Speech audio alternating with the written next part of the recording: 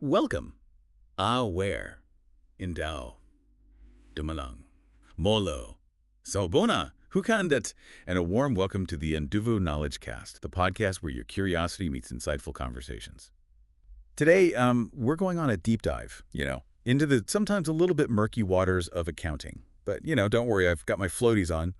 And with our expert guide, we'll be navigating the currents of IAS 7, the Statement of Cash Flows. Yes, that's right. And while it may sound, a little bit intimidating at first, understanding cash flow is like, learning how to make a really good bunny chow, Yeah. essential knowledge for anyone in the South African business landscape. Okay, I'm sold. So, before we get into all the nitty-gritty, let's start with the basics. So, what exactly is IAS 7? IAS 7, it's an international accounting standard that lays out, how companies should present information about their cash flow. It requires them to create a statement of cash flows, which essentially tells you the story of how a company's cash moved over a certain period. It's like looking at a company's bank statement, but with a lot more detail. And analysis. Okay.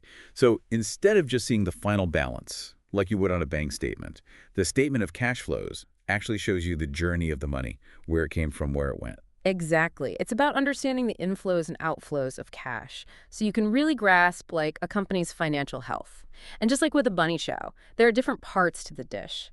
IAS 7 breaks down this cash flow journey into three main categories: operating activities, investing activities, and financing activities. Each of these tells a different part of the financial story. Okay, so let's unpack these categories. Starting with operating activities, what are those all about? Think of operating activities as the bread and butter of a business, the day-to-day stuff that makes the money. We're talking about cash coming in from selling, those amazing shisanyama platters, or that, trendy clothing line you've launched, and the cash you spend on, like, keeping things running, like paying your suppliers, your staff, your rent, ESCOM. Right, so basically the cash flow you generate from your core business operations. Yeah. The heart and soul, the engine, the bore words, and the bunny chow, if you will. Precisely. It shows how well a company is converting its core activities into cold, hard cash. Now, moving on to investing activities. These are a bit different. Think of it like investing in a taxi, a big purchase that's going to help your business grow in the long term. Got it. So investing activities are about those big-ticket items that aren't a part of the daily grind, but are crucial for future growth and expansion. Things like buying property, upgrading equipment, maybe even acquiring another business. You got it. It gives you a peek into a company's strategic moves and how they're positioning themselves for the future. Now, last but not least, we have financing activities. This is where things get really interesting because it's all about how a company gets the money to operate in the first place. So this is where we delve into the world of loans, shareholders, maybe even a bit of venture capital. Like, how did you manage to finance that swanky new restaurant in Santon? Exactly. Financing activities cover things like issuing shares, taking out loans, repaying debt, even paying dividends to shareholders. It's like looking at the company's financial engine and understanding how they're fueling their operations. Okay, this is starting to make a lot more sense. But I am so curious. Why is this cash flow information so important? Couldn't a business just look at its profit and loss statement to get an idea of its financial health? A brilliant question. And that's where, a lot of people can get tripped up. You see, a profit and loss statement, it only paints part of the picture. It shows whether a business made a profit, but it doesn't necessarily tell you if they have cash in hand. Ooh, okay. So it's kind of like that friend who always talks about their big bonus, but somehow never seems to have cash. When it's time to split the bill at a restaurant, their paycheck might look good on paper, but their actual spending habits tell a very different story. You hit the nail on the head. You could have a business with loads of sales in their books, but if those clients haven't actually paid up yet, that cash isn't flowing, and that can lead to big trouble, especially in a tough economic climate like South Africa. Cash flow is king, as they say. Okay, so IAS 7 helps us look beyond the surface and see the real deal, the actual cash flow, which can be very different from what the profit and loss statement is showing. Exactly. IAS 7 ensures that alongside other financial statements, we get like a clear and comprehensive picture of a company's financial well-being. It helps us understand their ability to generate cash, meet their financial obligations, and plan for the future. Now, I know there are two different methods for reporting cash flow from operating activities, the direct and indirect methods. What's the story with those? Yes, the age-old debate. IAS 7 actually allows companies to use either method, although they do encourage the direct method for its transparency.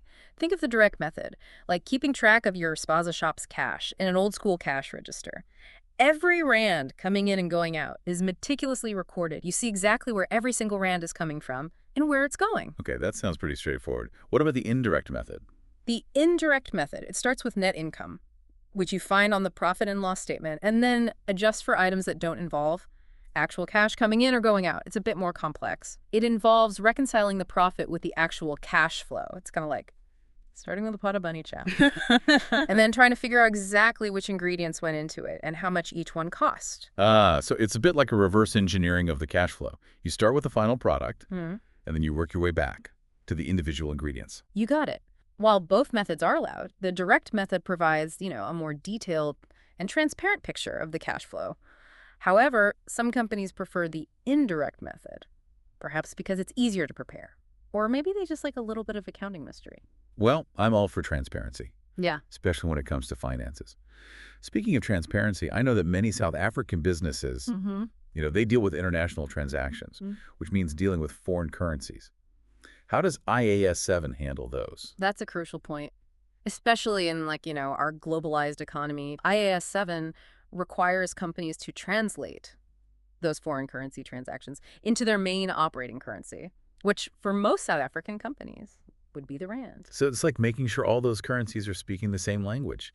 Like if your Stasi shop suddenly starts accepting euros and dollars, you need to convert them all back to rands to really understand your overall cash flow. Exactly. It's all about making those financial statements clear Yeah. and comparable, regardless of where the business is operating. It's like making sure you have like a universal recipe for that bunny chow, whether you're making it in Durban, Josie, or Cape Town. Okay, that makes sense. So whether it's dollars, euros, pounds, maybe even Bitcoin, everything needs to be translated back to good old rands for reporting purposes. That's right. It's all about clarity and ensuring a level playing field for everyone who is reading those financial statements.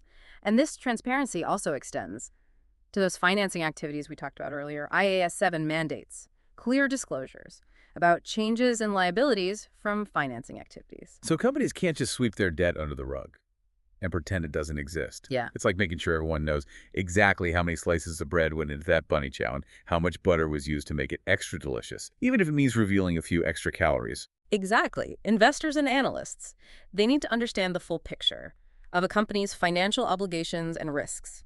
IAS 7 helps to shine a light on those financial skeletons. In the closet, so to speak. Transparency is key to building trust and making informed decisions. Now, earlier we talked about those three main categories of cash flow: operating, investing, and financing. Are there any other important aspects of IAS 7 that, we should know about? There's one fascinating concept I think we should discuss, and that's supplier finance arrangements. It's like a stockful for businesses, where a company gets help from a third party to pay its suppliers. Oh, interesting. So, it's a financial safety net for businesses, especially those who might be struggling with cash flow. It can be, but it also can be a bit complex, which is why IAS 7 requires companies to be transparent about these arrangements. They need to disclose the terms and conditions, how much they owe, and when those payments are due. So it's not just a simple, hey, we're using supplier finance. It's about giving the full picture so investors can understand the potential risks and benefits. Absolutely. Yeah. These disclosures are all about giving investors a deeper understanding of the company's financial health. It's like making sure everyone knows if there's any extra chili in that bunny chow. Some people love it, others can't handle the heat. This is really insightful stuff. We've covered a lot of ground already, from the basic categories of cash flow to those supplier finance arrangements and foreign currency translations. But before we go any further, I think it's time to take a little break and let all this information sink in. I agree. A little pause to digest. This financial feast is never a bad idea. Don't go anywhere, folks. We'll be right back with more fascinating insights on the Induvo Knowledge Cast, your trusted guide to the world of finance and business. Welcome back to the Induvo Knowledge Cast. Before the break, we were discussing the importance of transparency in those supplier finance arrangements. Remember, it's about letting everyone know what's really in the bunny chow, so to speak. Right. Oh, yeah. Those arrangements where a company gets a helping hand from the third party to pay their suppliers. It's a clever solution. But as we were saying, it's crucial for companies to be upfront about the details. Right. IAS 7 wants to ensure investors have the full picture. They need to know things like the length of the payment terms, if any assets are used as collateral, and what kind of guarantees are involved. These details can reveal a lot Right. about the financial stability of a company. Mm-hmm. It's like when you're looking to buy a used car. Sure, a fresh coat of paint might make it look appealing, but you'd want a mechanic to check under the hood, right? And see if there are any hidden issues. That's a perfect analogy. It's all about due diligence. These disclosures are like the mechanic's report, giving investors a deeper understanding of the company's financial health. Speaking of due diligence, I remember you mentioning the importance of consistency in how companies report their cash flows. Yes, consistency is key. Think of it like making your grandma's famous chakalaka recipe. You wouldn't suddenly swap out the peppers for mangoes, would you? Consistency ensures that, everything tastes the same every single time. Okay, so no experimental chakalaka. Yeah. But when it comes to IAS 7, what does this consistency actually look like? IAS 7 stresses that companies need to be consistent in how they classify their cash flows. From one period to the next, for instance. If they categorize a particular cash flow as an operating activity this year, they should stick with that classification next year, unless there's, a very good reason to change it. So it's about maintaining, like a clear and comparable record over time, making sure we're not comparing apples to oranges when analyzing a company's performance. Exactly. This helps investors, track trends, spot any red flags. Consistency in reporting is providing a clear roadmap for investors to understand a company's financial journey. Now, I remember reading about how IAS 7 deals with certain, tricky items, like interest and dividends. These can be a bit of a headache because they could technically fit into multiple categories. Yes. Those tricky twins. Interest, for example, could be seen as an operating expense, but it's also related to financing. And dividends, well, they're paid out to shareholders, which sounds like financing, but they also impact the company's overall cash flow. So where do these tricky twins actually fit in? IAS 7 provides some flexibility here, but companies need to pick a classification method and stick with it consistently. This ensures everyone's on the same page, and there's no room for, confusion, for instance. Yeah. They might decide to classify interest paid as a financing activity and dividends received as an investing activity. So it's not about finding the quote-unquote right answer, but rather about being transparent. Yeah. And consistent in your approach. Exactly. It's like choosing which side you're going to butter your bread on. It doesn't really matter which side you choose, as long as you do it the same way. Every time. Okay, so consistency is key. But beyond just classifying things correctly, are there any other factors that IAS 7 highlights when it comes to, cash flow? Yes. IAS 7 also requires companies to be transparent about any restrictions on their cash and cash equivalents. Restrictions? You mean like when my go-go hides her emergency cash in a biscuit tin and tells everyone it's untouchable? Well, it's a bit more sophisticated than that. In the corporate world, these restrictions could be due to loan agreements, regulatory requirements, or even government policies. For example, a South African company operating in another country might face restrictions on how they can use their cash due to, local regulations. So IAS 7 is all about ensuring that investors have a clear understanding of the whole picture, even when it comes to limitations on cash availability. Absolutely. It's like making sure if there's any biltong hidden away in that biscuit tin alongside the emergency cash. Okay, we've covered a lot of ground here. We've talked about the different categories of cash flow, those tricky items like interest and dividends, the importance of consistency, and even those hidden restrictions. Is there anything else we need to know before we move on? Yes. There's one more fascinating piece of the IAS 7 puzzle that we need to discuss. Remember those non-cash transactions we talked about earlier?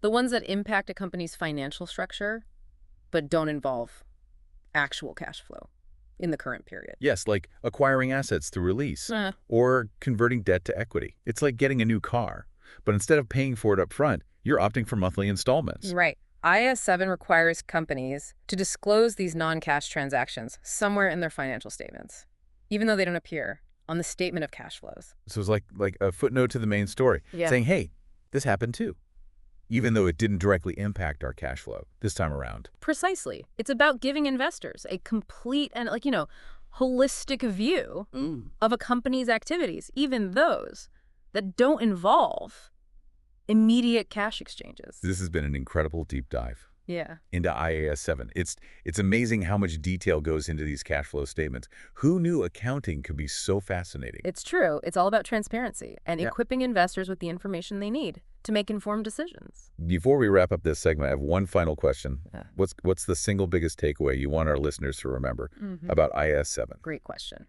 I think the most important thing to remember is that cash flow is the lifeblood of any business. It's what keeps the lights on, the salaries paid, and the bunny chow cooking. IAS 7 provides a framework for, understanding and analyzing that flow. It helps us see beyond the profits and losses to grasp the true financial health of a company. That's a powerful message, and one that's incredibly relevant to every business owner, Director. an entrepreneur out there. Absolutely. Whether you're running, a multinational corporation or a spaza shop, understanding cash flow is essential for making smart decisions and ensuring, long-term success. This has been an incredible journey through the world of IAS 7, unpacking its nuances and complexities. But hold on tight, folks. We're not done yet. When we return, we'll be stepping out of the textbook and into the real world, exploring how IAS 7 is applied in practice. Trust me, these real-world examples will bring those accounting principles to life. Stay tuned. We'll be right back with more, eye-opening insights right here on the Indufo Knowledge Cast. Welcome back to the Indufo Knowledge Cast, where we decode the mysteries of finance and make it all make sense. We've been digging deep into IAS 7, exploring the ins and outs of the statement of cash flows. And now it's time to put on our safari hats and venture out into the real world because we're about to see IAS 7 in action. I am ready for this safari. Yeah. Give me those real-world examples. That'll make this all click. All right. Imagine you're thinking about investing in a hot new tech startup right here in Mzansi, one of those, making waves in the African tech scene. You see their profits skyrocketing and you think, cha-ching-li, this is my ticket to riches. Sounds tempting. I'm already picturing myself on a beach in Bali sipping cocktails with little umbrellas. But wait, shouldn't I be looking at their cash flow statement first? Exactly. Don't let those profits fool you. Being a savvy investor means digging deeper. So you pull up their statement of cash flows, and what do you find? Well, it turns out this startup is pouring a ton of cash into research and development, new features, cutting-edge tech, you name it. So even though their profits look amazing on paper, their cash flow is telling a different story. It's like that friend who throws lavish parties, but is secretly drowning in debt. Precisely. That's the power of IAS 7. It helps you to see beyond, like the glitz and glamour, and understand the underlying financial realities. Now, let's switch gears and look at a completely different scenario. Imagine, a well-established retail giant. One of those, iconic South African brands. It's been around forever. Yeah, like one of those retailers where, you'll always find a good sale on Boerewors rolls. Yeah. What's their cash flow situation looking like? Well, their sales have been steadily declining for a while now. Maybe they haven't adapted to, the changing retail landscape. Or perhaps online shopping has taken a bite out of their profits. Whatever the reason, their statement of cash flows shows that they've been selling off assets, properties, equipment, maybe even those Boerewors roll warmers to generate cash. Eesh. That sounds a bit like selling the family silver to make ends meet. It can be a sign of trouble. They're also delaying payments to their suppliers, which is, never a good sign. It suggests they might be struggling to keep up with their financial obligation. So even though they're a household name, their cash flow statement is painting a rather, concerning picture. Exactly. It's a red flag. That requires, further investigation. IAS 7 doesn't tell you whether a company is doomed or, destined for greatness. But it gives you the clues you need to ask the right questions and make informed investment decisions. So these real-world examples show us that IAS 7 isn't just about crunching numbers. It's about understanding what those numbers mean for a company's strategy, their financial health, and their future prospects. That's it. It's like learning to read the signs in the bush. An experienced tracker can tell you which animals have passed through an area, what they were doing, and where they might be headed. IAS 7 equips you with the skills to track a company's financial journey. And this isn't just for big corporations, right? Even that, like small business owner selling Vetcock on the corner can benefit from understanding their cash flow. Absolutely. No matter the size of your operation, managing cash flow is essential for survival and growth.